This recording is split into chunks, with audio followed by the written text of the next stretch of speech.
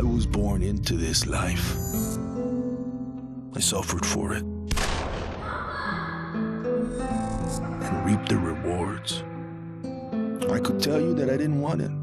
That I tried to get out. Don't move, scumbag! But I got no reason to lie anymore.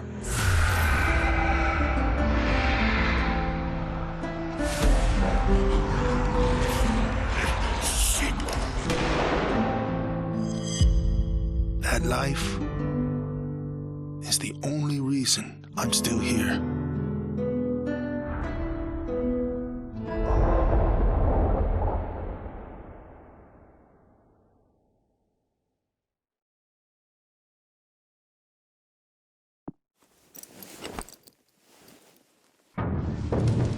We're so small, really. Insignificant. In the grand scheme, one life means so little. You dedicate yourself to a principle. But in the end, it's out of your control.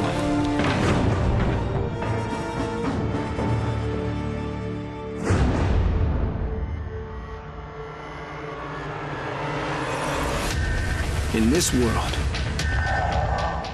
principles get you killed. You lend a hand, it gets torn off. You hesitate, you die. So you want to save someone? Save yourself.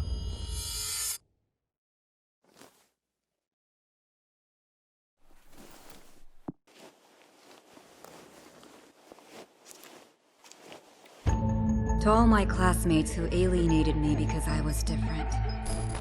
To anyone who never gave me a chance.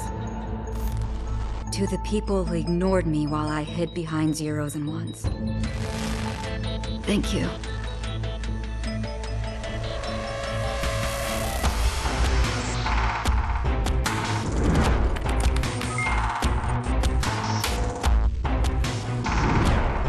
Without you, I would never have made it this far.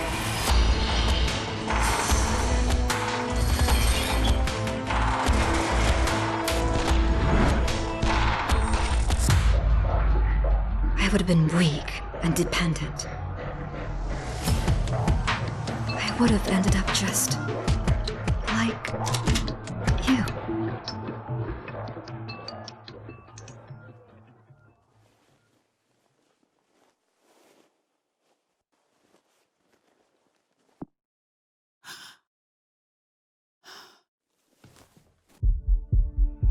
There's never a moment when you forget. It's there when you fall asleep, and when you wake up. You keep going over the things you should have done. I should have stayed home that day. I should have held on.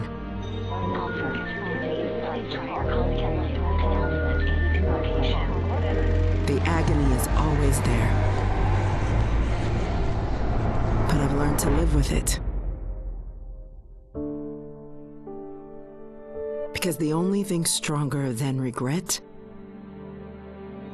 is hope.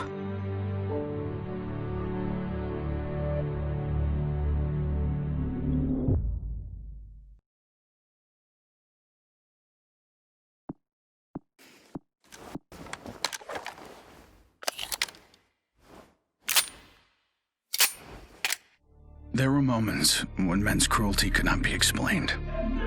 It had to be seen.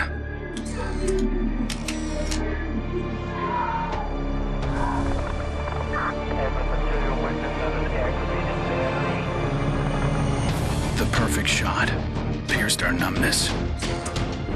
Sent up a flare to save the next generation. And said, this is where we've been. Don't follow. Then there was no one left to heed the warning.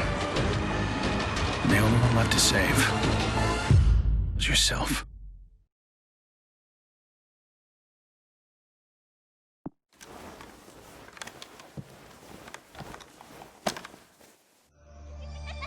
My earliest memory is war. It was a conflict so complex that it could never be resolved.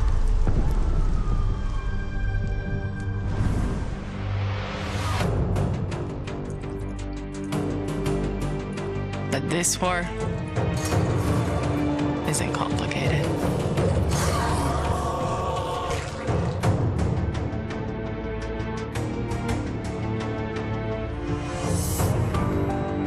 Death is still heartbreak.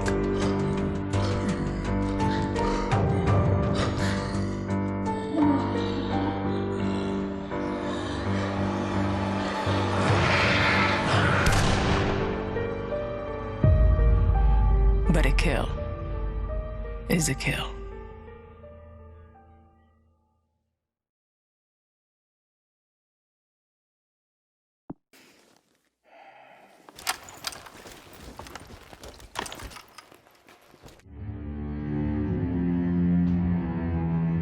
Don't play in the dirt, Ethan. Stop fighting, Ethan. Be polite, Ethan.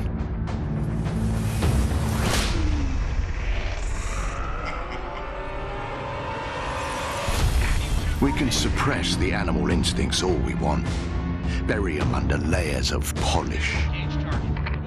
But they exist for a reason. When we lived in a genteel fairy tale world, somebody did the dirty work out of sight. But when the fairy tale turned nightmare,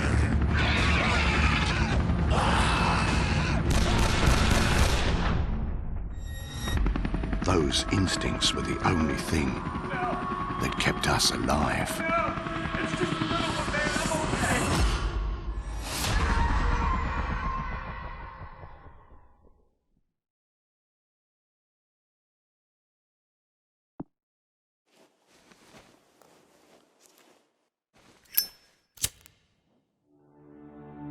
Where there is life, there is light.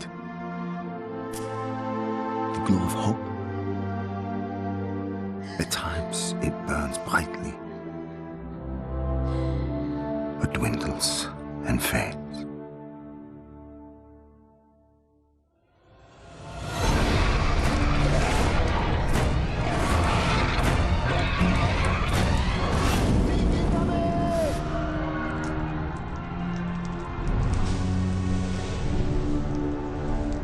Once it is lit, we must never let it die.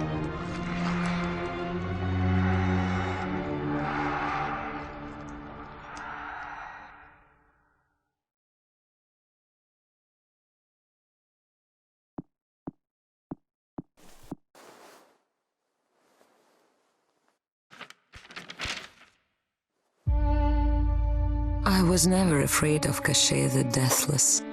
I laughed at the fairy tale of this undead phantom.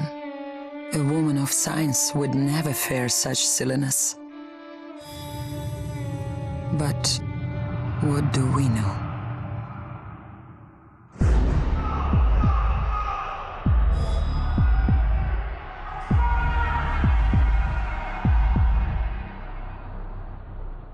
Science cannot explain what I've seen. And in the face of such horror, there is no logic.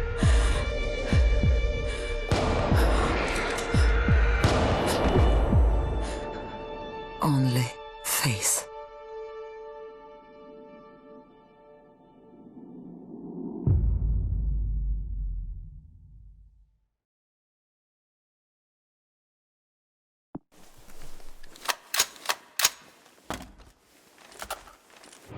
I was just a boy when the Soviet Union collapsed.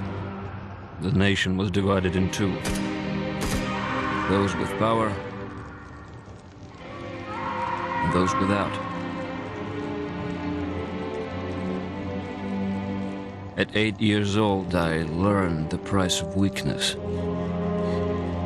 And I vowed never to pay that price again.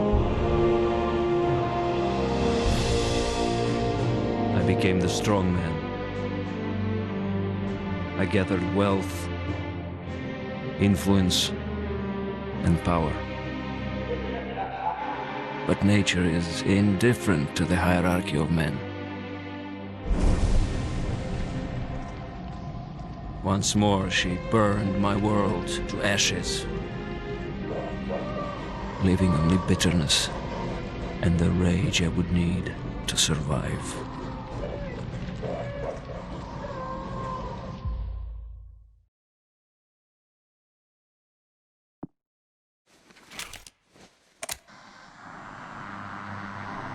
People don't believe something can happen until it does. They live in cheerful ignorance of the coming storm.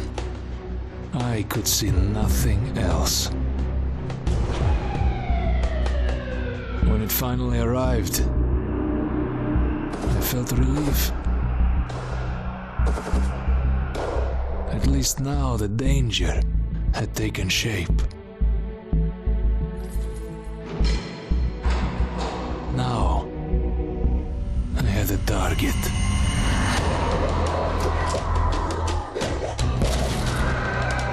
And I didn't have to fight alone.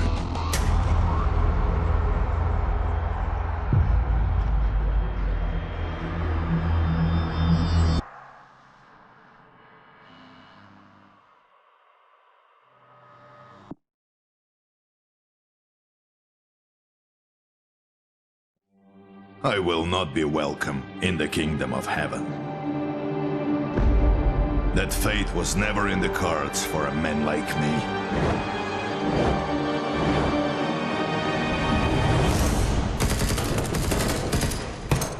The Lord had other plans.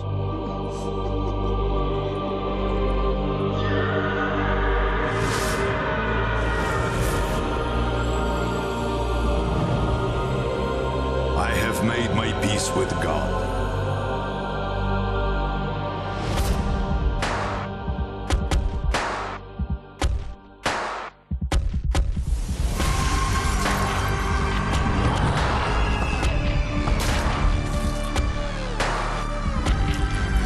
He is with me in this life. And that is enough.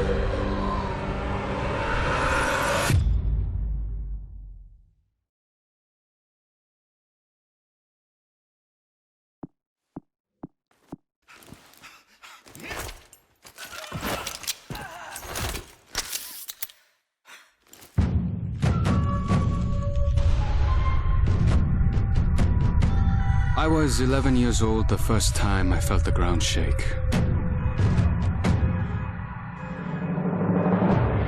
My instinct was to leave. But my grandparents wouldn't hear of it. This is our home, they told me. We don't leave. I came to live by that code. Earthquakes, tsunamis, typhoons, they're all part of life here. We accept them. We don't leave. When the evacuation was announced, I rejected it. This wasn't our way. Then I saw them. And I understood. This wasn't another disaster. This was a war.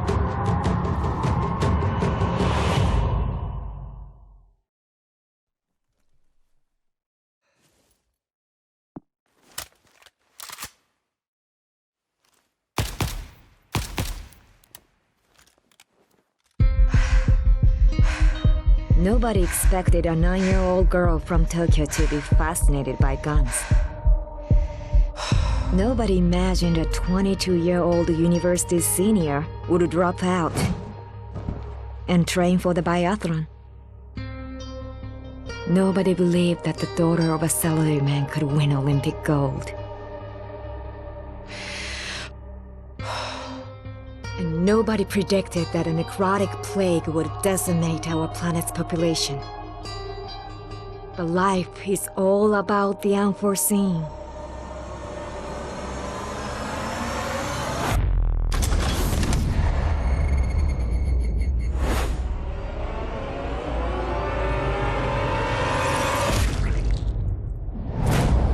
And nobody saw me coming either.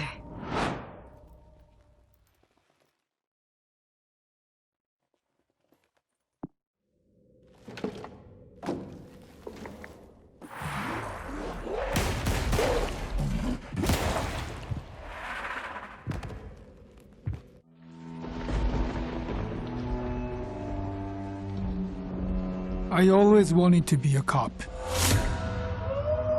Thought I could do some good. But the scum on the street kept destroying lives. While I was wrapped up in red tape.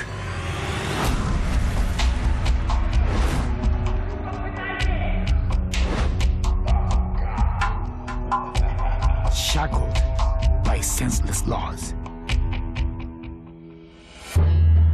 The virus stripped all that away, left us to fend for ourselves.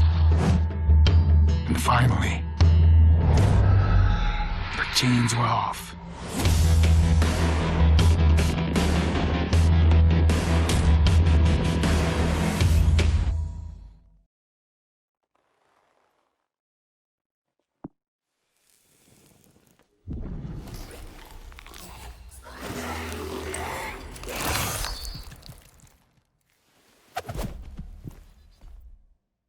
Growing up in Tokyo, you either became a salaryman, or you were a waste.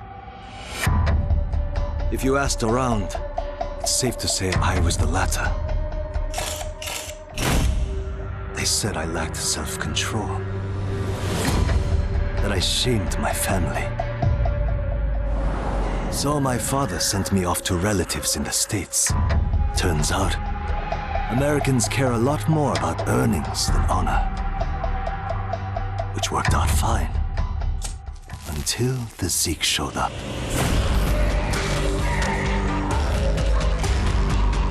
The Japanese decided to evacuate. They didn't have the firepower to fight.